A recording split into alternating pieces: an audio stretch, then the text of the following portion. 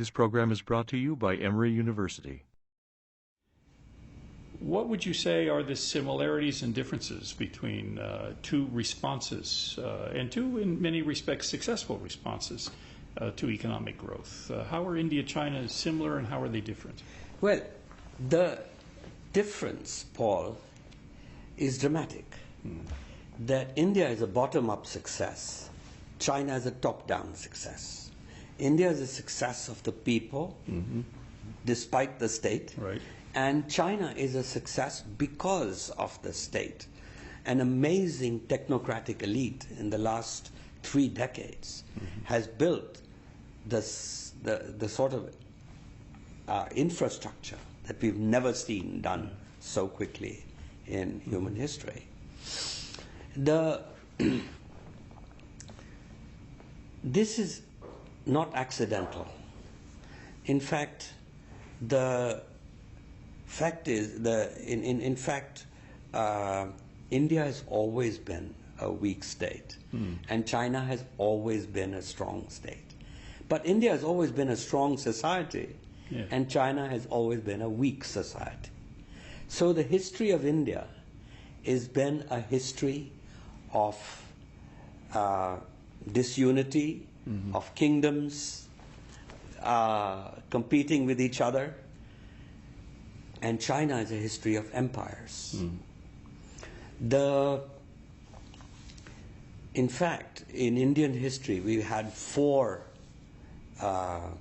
empires. And neither lasted all that much. Each one was about 150 years or so.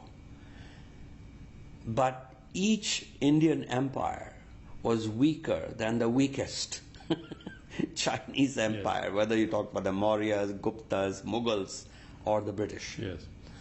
And so the fact of the matter is that it's the temperament of the country. The king in India, from the beginning, was bounded. That in China, the king gave the law, and then he interpreted the law. In India, the law, or dharma, was prior to the king, and the king's job was to uphold dharma. And the interpreter of the law was the Brahmin, not the king. So very early on, you had very sort of a liberal division of powers that was created in Indian history, which has continued till today. In China, the king owned the property. Yes.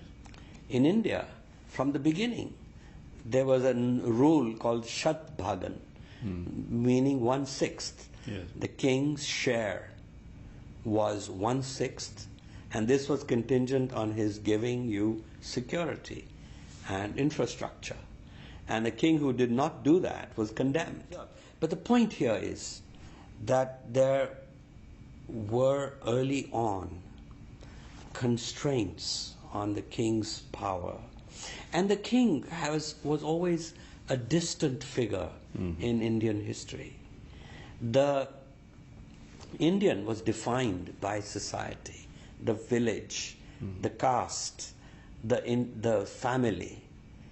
And the Chinese was defined by the state. By the state. And so oppression in India never came from the state. We never had the kind of state that you found in China, where the state could penetrate the society and divest it of all rights and property. So it was, it was not an Oriental despotism, in other words, which is a mistake the English made when they arrived in India, or even Marx made. So the point I'm making is that really in 1947, when India became independent, it could only have been a democracy. It could not have been ruled, this highly diverse, pluralistic society could only have been ruled as a democracy. The fact is that Indian society is the one which one would call as accumulating society. That migrations came into India, and we accumulated the people, and so each one was called a subcaste in this net where they got caught. And in China, they also had migrations, but those migrants were absorbed, assimilated into one Han Chinese nationality.